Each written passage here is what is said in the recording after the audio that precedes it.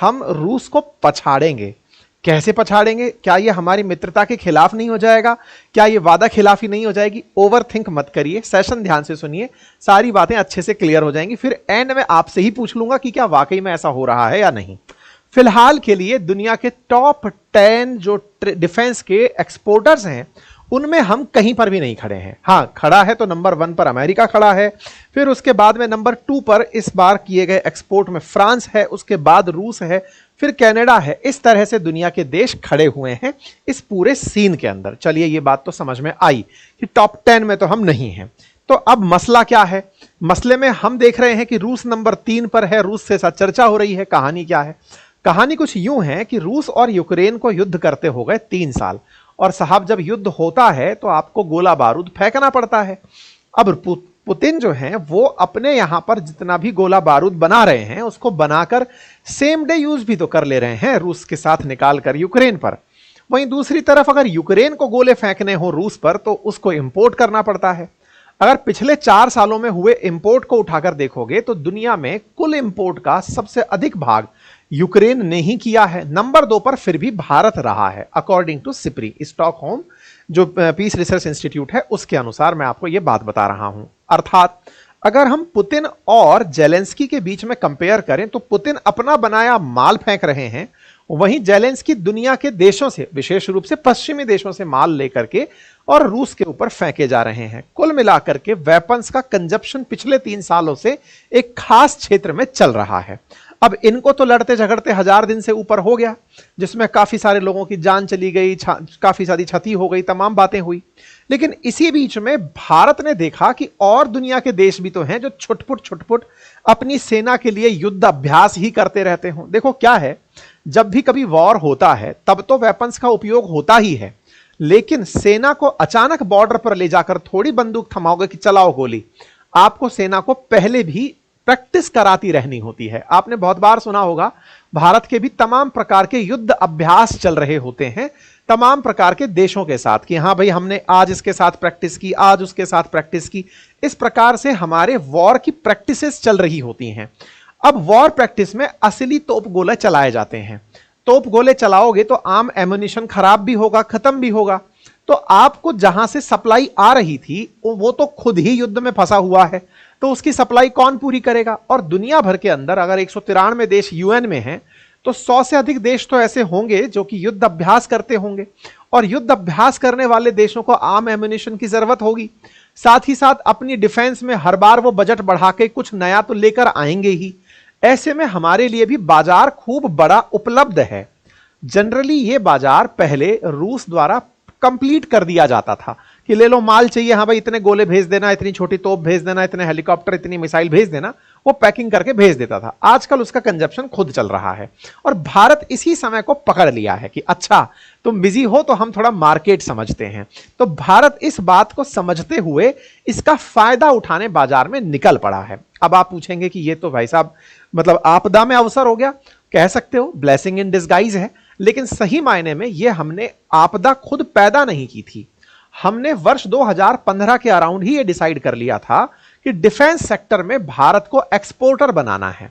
Make in India जब हमने शुरू किया तब यह उद्देश्य तय हुआ कि डिफेंस के क्षेत्र में हम इंपोर्ट तो करते आए ही हैं, लेकिन 2029 तक हम 50,000 करोड़ साल का एक्सपोर्ट करेंगे डिफेंस इक्विपमेंट, और इसके लिए हम अपने देश में रक्षा जरूरत की चीजों को बनाएंगे।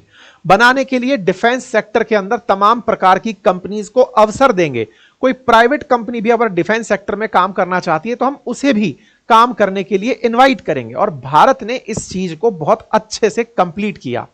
आज के सेशन में पहले ही इस जानकारी को दे दूं जिससे आपको इस बात की बहुत ही संतुष्टि हो। भारत का टारगेट है वर्ष 2029 तक 50,000 करोड़ के एक्सपोर्ट का। इस साल जो फाइनेंशियल ईयर 24-25 निकला है, हम ऑलरेडी 23,000 करोड़ एक साल के अंदर एक्सपोर्ट कर चुके हैं। इतना ही नहीं, पिछले साल हम 21,000 करोड़ का एक्सपोर्ट कर चुके हैं। अर्थात हम 24-25 के बाद अभी 4 साल और अपने एक्सपोर्ट को इंक्रीज करेंगे, यानी कि 24-25 से 25-26, 26-27, 27-28, 28-29, 29 में टारगेट 50 का है, इस साल का टारगेट 30,000 करोड़ का है। जब हम 23,000 करोड़ पहुंच चुके हैं तो संभवतया हम उस काम को भी कर जाएंगे। ये भारत का विजन 2029 डिफेंस सेक्टर में अगर बना तो ये बात अपने आप में बड़ी है कि कैसे भारत जहां कहीं नहीं खड़ा था, किसी पायदान पर नहीं खड़ा था एक्सपोर्ट में, आज वो दुनिया के टॉप 25 एक्सपोर्टर्स में शामिल हो चुका है। आज भारत अपने लक्ष्य की तरफ बड़ा तेजी से बढ़ रहा है। डिफेंस प्रोडक्शन में हमने इस साल 1.25 लाख करोड़ का डिफेंस प्रोडक्शन किया है, जिसमें से 23,000 करोड़ का माल हमने केवल बेचा है। तो यह बात अपने आप में भारत के लिए बहुत बड़ी और सकारात्मक बात है, और यही कारण है कि भारत इस चीज में आगे निकल रहा है। लेकिन यह बात अचानक चर्चा में आई क्यों? अब दूसरा सवाल इस तरह का होना चाहिए कि भाई हमारे बीच में यह चर्चा बन कैसे गई? अभी तक तो कोई ऐसी बात थी ही नहीं, न्यूज कहां से आई? तो क्या हुआ कि कल के दिन रॉयटर्स नाम के अखबार ने, एक विदेशी अखबार ने, भारत की एक स्ट्रेटजी को अपनी हेडलाइन बना दिया। क्या बना दिया? कि इंडिया के द्वारा दुनिया के गरीब देशों को सस्ता लोन दिया जा रहा है, और सस्ता लोन देकर के उनसे कहा जा रहा है कि आओ और वेपन खरीदो।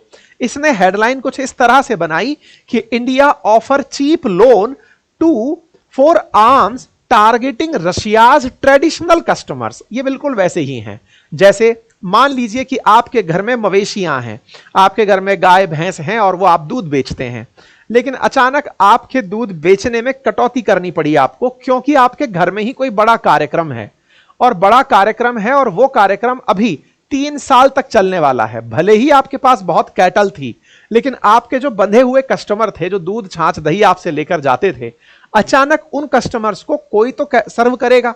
उस जगह हम अपनी दुकान खोलकर बैठ गए कि साहब सुनो, हम भी अपने पास कैटल्स ले आए हैं, दूध आप यहां से भी ले सकते हैं। कुछ भारत वैसा ही कर रहा है। क्या? भारत ने जो रशिया के ट्रेडिशनल कस्टमर्स थे, उनके दिमाग में भारत के प्रति तो सद्भावना थी ही कि भारत और रूस अच्छे मित्र हैं और भारत रूस से हमेशा ज्यादा ही वेपन खरीदता आया है। इंडिया को एक एडवांटेज और मिला, हमारे पास अमेरिका का भी हथियार है, तो रूस का भी है, तो फ्रांस का भी है, तो इजराइल का भी है। टेस्ट हमारे पास सारे हैं, तो हम तो एक मॉल जैसे बन गए। हमारे पास सबके एक्सपीरियंसेस हैं और सबकी प्रोडक्शन क्वालिटी हम धीरे धीरे डेवलप कर रहे हैं। ऐसे में आत्मनिर्भर बनने की चाह में भारत ने सबका टेस्ट अपने पास रखते हुए उन रशिया के पुराने कस्टमर से कहा कि भाई तोप गोले खत्म हो गए हों, रूस से तो आएंगे नहीं, बताओ क्या चाहते हो? बोले सर आप ही दे दो। तो भारत उस चीज में पहुंच गया कि लो हम दे देंगे। लेकिन अब सवाल यह है कि तोप गोले आते बहुत महंगे हैं। ऐसे में सोचो ना, एक छोटी सी तोप जो है, होवित्जर जैसी तोप 25-25 करोड़ रुपए की आती हैं। गोले और बहुत महंगे आते हैं। मतलब ये बहुत बड़ा खर्चा है, ये आसान लग्जरी नहीं है, बहुत महंगी लग्जरी है ये। तो ऐसे में अब इतना महंगा गरीब देशों को आपको माल टिकाना है, तो उनको थोड़ा मोटिवेट करना होगा। बिल्कुल वैसे ही जैसे आपको कार खरीदनी हो और कार खरीदने के लिए आपसे कहा जाए कि सर 10 लाख रुपए की कार है, आप कहेंगे यार 10 लाख तो नहीं है, लेकिन हाँ मेरी तनख्वाह भले ही 50,000 रुपए साल की आती, 50,000 रुपए महीने की आती है, मैं लेना चाहता हूं, तो फिर स्कीम लगाते हैं अपन कि सुनो इतना डाउन पेमेंट कर दो, इतना हम तुम्हें लोन दे देंगे, लोन से कार में घूम लो। अब आपको पता चल गया कि कार तो हमारे ही नाम है, साथ ही साथ में आपने गाड़ी को किस्तें और बांध दी। तो भारत ने भी यही खेला खेला। भारत ने अपनी एक बैंक बनाई, उस बैंक का नाम था एक्सिम बैंक। नाम से ही स्पष्ट है, एक्सपोर्ट इंपोर्ट की एक बैंक बनाई, जिसका उद्देश्य केवल यही है, अंतरराष्ट्रीय कस्टमर पकड़ो, गरीबों को लोन दो। अब ये गरीब कहां मिलते हैं? हम तो खुद ही गरीब हैं, हमसे भी गरीब कोई है क्या? तो हम जो बुरा सो देखन मैं चला, बुरा न दिखे या कोई, तो वह अपने आप को जब झांके तो पता चला कि नहीं कुछ है अपने साथ। तो जब हम झांके अपने आप को तो पता चला कि हमारी ही तरह ग्लोबल साउथ नाम से जो दुनिया के आधे देश बचे हैं, ग्लोबल साउथ का मतलब मैप में दक्षिण में बसने वाले देश, चाहे वो सेंट्रल अमेरिकी हो या फिर अमेरिकी दक्षिण अमेरिकी देश हो, अफ्रीकन कंट्रीज हो, एशिया के भी कुछ देश हो, इन देशों को जब हमने देखा तो समझ में आया कि इन देशों में हम अपना माल बेच सकते हैं, इन्हें लोन की जरूरत पड़ सकती है। वही वाली बात है, मारुति अपना बाजार देखेगी तो मर्सिडीज अपना देखेगी। तो ऐसे में मारुति ने अपना बाजार देखा और समझा कि अच्छा बेटा इन देशों में माल बेचा जा सकता है। हम अपनी बैंक को लेकर पहुंच गए, कहा कि भाई देखो हम लोन भी देंगे और वेपन भी देंगे। बोलो लोगे? बोले हाँ सर ये तो नेकी और पूछ पूछ। ये खबर बड़ी खबर बन जाती है कि रूस के ट्रेडिशनल कस्टमर्स को हमने उठाया और उठा करके उनसे कहा कि देखो वो तो युद्ध में बिजी है, सामान चाहिए? बोले हाँ। हम देंगे सर, पैसा नहीं है, लोन देंगे। और ये लोन वाली जो बात है भारत ने एग्जिम बैंक के माध्यम से कर दी। यही सुर्खी अखबार में बनी कि इंडिया सस्ता लोन दे रहा है हथियार खरीदने के लिए रूस के ट्रेडिशनल कस्टमर्स को। सर क्या हमसे रूस नाराज नहीं हो जाएगा इस बात से? बिल्कुल लगना तो चाहिए, लेकिन रूस खुद जब सामान नहीं दे पा रहा है तो उसका कोई मित्र देगा तो ज्यादा बेहतर रहेगा ना। अन्यथा अमेरिका उनको सप्लाई करने लगता तो उसको और दुख होता। ऐसे में हमने वही जगह यहां पर ली है। तो सरकार बकायदा एग्जिम बैंक की मदद से इस तरह से लोन ऑफर कर रही है। एग्जिम बैंक के बारे में भी थोड़ा जान ही लीजिए।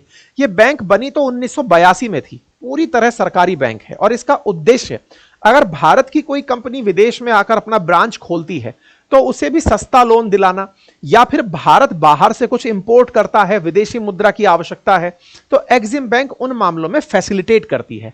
आपने कई बार सुर्खियों में देखा होगा ना कि भारत ने कुछ देशों को लाइन ऑफ क्रेडिट दी है। असल में लोन को इज्जत में लाइन ऑफ क्रेडिट भी बोलते हैं। और आसान करता हूं, आप जब लोग क्रेडिट कार्ड यूज करते हैं तो क्रेडिट कार्ड में आपसे कहा जाता है कि सर आप 45 दिन बाद इस पैसे को भर दीजिएगा। आप पूछते हैं ब्याज कितना लगेगा? बोले सर कोई ब्याज नहीं है 45 दिन तक, एक दिन भी क्रॉस हो गया तो पूरा वसूल लेंगे। तो ये जो 45 दिन तक आपको पैसा दिया गया था, असल में वो लोन ही, लेकिन वो लोन असल में क्रेडिट के नाम पर, आपकी साख के नाम पर दे दिया गया कि 45 दिन में ये बंदा लौटा देगा, अगर नहीं लौटाया तो फिर हम वसूल ही लेंगे। तो क्रेडिट कार्ड पर भी जो आपको लोन मिल रहा है असल मायने में वो आपकी साख पर आधारित है। भारत भी ऐसे ही इन देशों को इनकी साख के ऊपर, इनकी प्रेस्टीज के ऊपर लोन देता है कि ये पकड़ो लोन लो। इसे लाइन ऑफ क्रेडिट बोलते हैं। लाइन ऑफ क्रेडिट में हम किसी कंपनी को लोन नहीं देते, हम उस सरकार को लोन देते हैं। इसलिए गवर्नमेंट टू गवर्नमेंट डील करते हैं कि इंडिया ने पकड़ा मान लीजिए अल्जीरिया को, मोरक्को को, ब्राजील को कि लो आओ भाई हमसे लोन ले जाओ और लेकर के हमसे इस माल को खरीद लो। आपको लोन भी मिला, माल भी मिला, ब्याज भी नहीं लगा, भली भांति अच्छे से काम हो गया। बोले हाँ हो गया। दुनिया के देश भी ऐसे ही करते हैं। जैसे जापान ने भारत को जब बुलेट ट्रेन देने की बात की तो पहले उसने सस्ता लोन हमें दिया। सस्ते लोन से हमने बुलेट ट्रेन का रास्ता बनाया। रास्ता बन जाएगा तो बुलेट ट्रेन भी अब आने वाले समय में जापान दे ही देगा।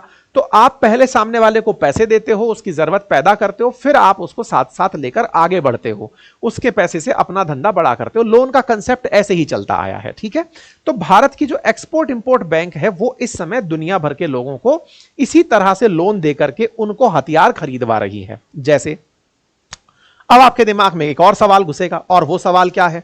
तो सर फिर एक बात बताओ, इस एग्जिम बैंक के पास पैसा कहां से आता है? भाई बैंक में जैसे आप और हम हैं, तो हमारे पास में अगर बैंक के लिए सरकारी और प्राइवेट बैंक हैं, तो सरकारी और प्राइवेट बैंक के पास पैसा कहां से आया?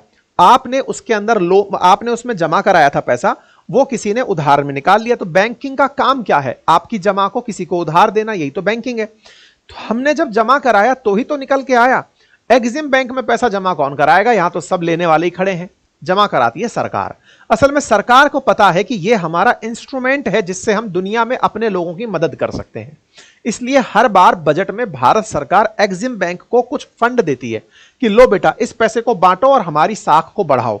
दुनिया भर के देश ऐसे काम करते हैं। चाइना की बैंक भी ऐसे ही करती हैं, जापान की बैंक भी ऐसे ही करती हैं। तमाम प्रकार की बैंक्स इसी तरह पर डेडिकेटेड यही काम कर रही होती हैं। तो भारत ने ये 2024 का आंकड़ा देख रहे हैं जब 9,000 करोड़ एग्जिम बैंक को दिया था कि लो इस लोन को लेकर के दुनिया भर में बांटो, और हमने बांटा भी। अब बांटने के लिए बड़ा सवाल यह है, जैसे आप जब किसी बैंक में जाते हैं तो बैंक में आपको लोन के लिए, आजकल आपने देखा होगा कुछ अनजान नंबर से कॉल आते हैं और आपसे पूछते हैं सर लोन ले लो। तो लोन लेने के लिए जो कॉल सेंटर पे आदमी उन्होंने बिठा रखा है, या तो उसने आपकी जो सिविल स्कोर है वो चेक कर लिया, या आपके खाते में रखा पैसा देख लिया, या ये देख लिया कि इन्होंने अभी तक कोई फ्रॉड नहीं किया है तो चलो इन्हें लोन ऑफर कर देते हैं।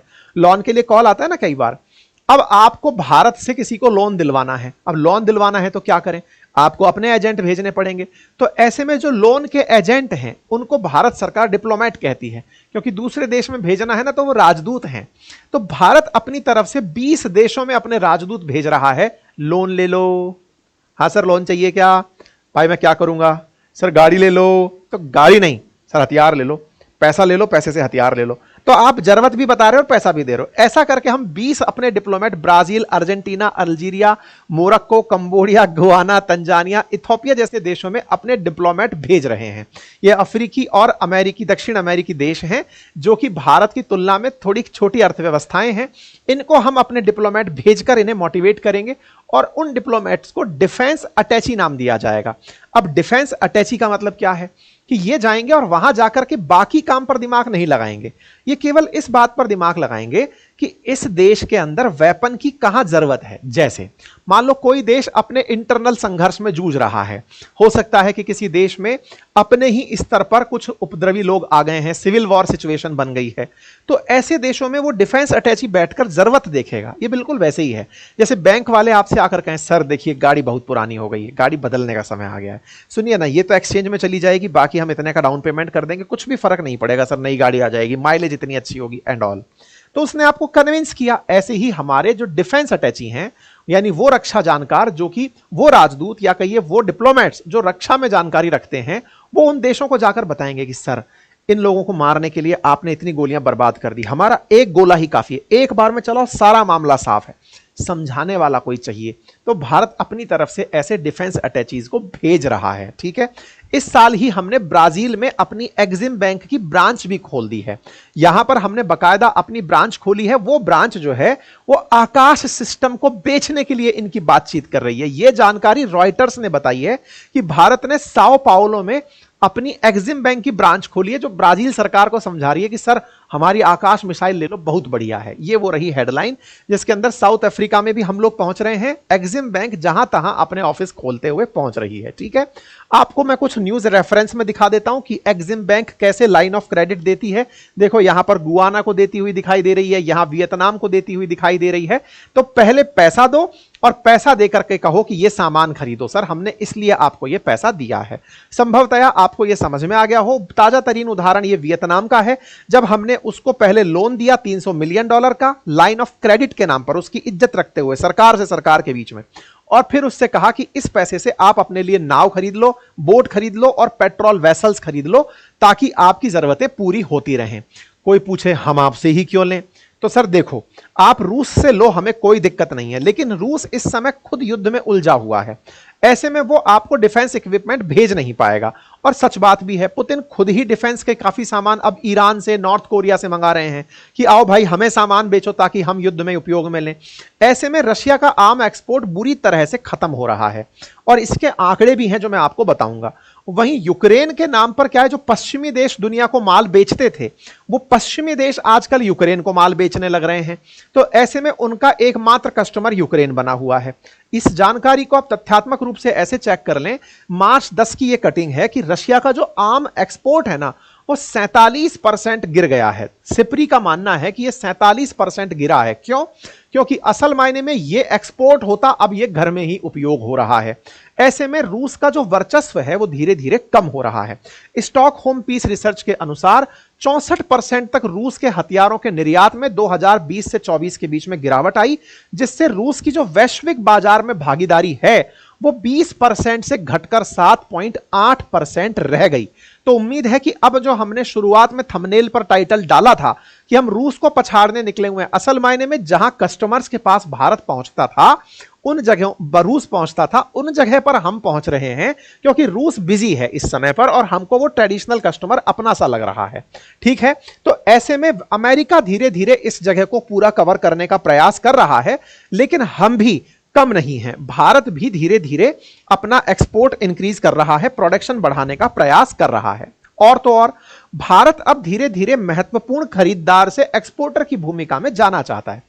अब मैं आपको पहले रशिया का टोटल एक्सपोर्ट दिखाता हूं 2010 से लेकर के 2024 के बीच में। देखो जहां 2010 से 14 का आंकड़ा है, दुनिया भर में जो टोटल आर्म एक्सपोर्ट होते थे 4 सालों में, उनमें 27% रूस के होते थे, फिर 26%, 24% घटते आए 20 से 24 में 3 साल तो युद्ध में ही निकल गए, 7.8% ही दुनिया के अंदर हो रहे एक्सपोर्ट में अब रूस की भूमिका रह गई है। अर्थात रूस का रोल धीरे धीरे कम हो रहा है। उस कम होते रोल को कोई तो भरेगा। ऐसे में अमेरिका इस क्षेत्र में लगभग 8% की बढ़त देखा है। अब कम हुआ था, अगर हम पिछले मुकाबले में देखें 11% से 7.8% या 16 से 8%, 8% का अंतर था। तो इस 8% को तो अमेरिका भी भर रहा है, लेकिन एक आध परसेंट हम भी भर ही लेंगे और आने वाले समय में हम इस लिस्ट में कहीं शामिल हो जाएंगे। हम इसे अपॉर्चुनिटी के रूप में ले रहे हैं। हम तो पहले लार्जेस्ट इंपोर्टर हुआ करते थे, अब हम एक्सपोर्ट के बारे में विचार तो कर रहे हैं। कम से कम इंपोर्ट में सोचो, युद्ध के दौरान भी यूक्रेन नंबर 1 है, लेकिन भारत नंबर 2 पर खड़ा है। भारत आज भी सबसे ज्यादा इंपोर्ट कर रहा है और उन इंपोर्ट करने वालों में रूस, America, France, Israel, UK, Germany, इन देशों से हम भर भर के इंपोर्ट करते हैं। लेकिन हम इंपोर्ट के ऊपर अपनी जो जिम्मेदारी है उसको धीरे धीरे अब कम करते जा रहे हैं। 20 से 24 में अगर आप देखें तो भारत ने 55 से सीधा 36% ही हम इंपोर्ट को घटाते हुए लेके आ रहे हैं। 36% तक हम लोग शिफ्ट हो गए हैं। इसके पीछे का बड़ा रीजन था क्योंकि भारत ने प्राइवेट सेक्टर से भी कहा कि आप भी डिफेंस के सेक्टर में काम करिए, और हुआ भी। डिफेंस में प्राइवेट ने जब काम करना शुरू किया तो हम 8 साल में हाईएस्ट प्रोडक्शन पर पहुंच गए। जानकर आश्चर्य होगा, 2018 में हम 0 पर थे। आज सिप्री का कहना है कि भारत ने डिफेंस इंपोर्ट में जो हिस्सेदारी है वो मतलब 2022-23 में 43% तक है, और आप इससे अंदाजा लगा सकते हैं कि भारत ने डिफेंस प्रोडक्शन जबरदस्त इंक्रीज कर दिया है। 23-24 में हमने 1.25 लाख करोड़ के डिफेंस इक्विपमेंट खुद बनाए हैं। साथ ही साथ 19-20 की तुलना में ये 62% ज्यादा है। भारत ने रक्षा निर्यात को जो 2029 में 50,000 करोड़ का ले जाने का लक्ष्य रखा है, वो लक्ष्य इसी प्रोडक्शन पर बेस्ड है। जब हम 3 लाख करोड़ का माल बना रहे होंगे तो 50,000 करोड़ का एक्सपोर्ट कर रहे होंगे। उदाहरण के लिए, जहां हम शुरुआत में डिफेंस प्रोडक्शन में बिल्कुल न्यून पर थे, 2016-17 में 740,000 करोड़ का ही हम अपने द्वारा डिफेंस प्रोडक्शन करते थे। आज 1,27,000 करोड़ का डिफेंस प्रोडक्शन हम लोग कर रहे हैं। यह अपने आप में बड़ी बात है। भारत मेक इन इंडिया में आत्मनिर्भर होते हुए डिफेंस सेक्टर में साफ साफ देखा जा रहा है।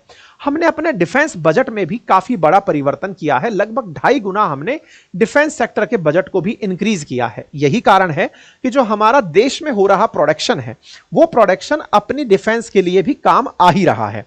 इसके चलते ही भारत अब ना केवल अपने लिए वेपन बना रहा है, बल्कि उन देशों में भी जहां रूसी हथियार खरीदे जाते थे वहां पर एक्सपोर्ट भी कर रहा है। यही कारण है कि 2024 में $2.5 बिलियन का एक्सपोर्ट करके भारत 25 टॉप डिफेंस एक्सपोर्टर देशों में शामिल हुआ।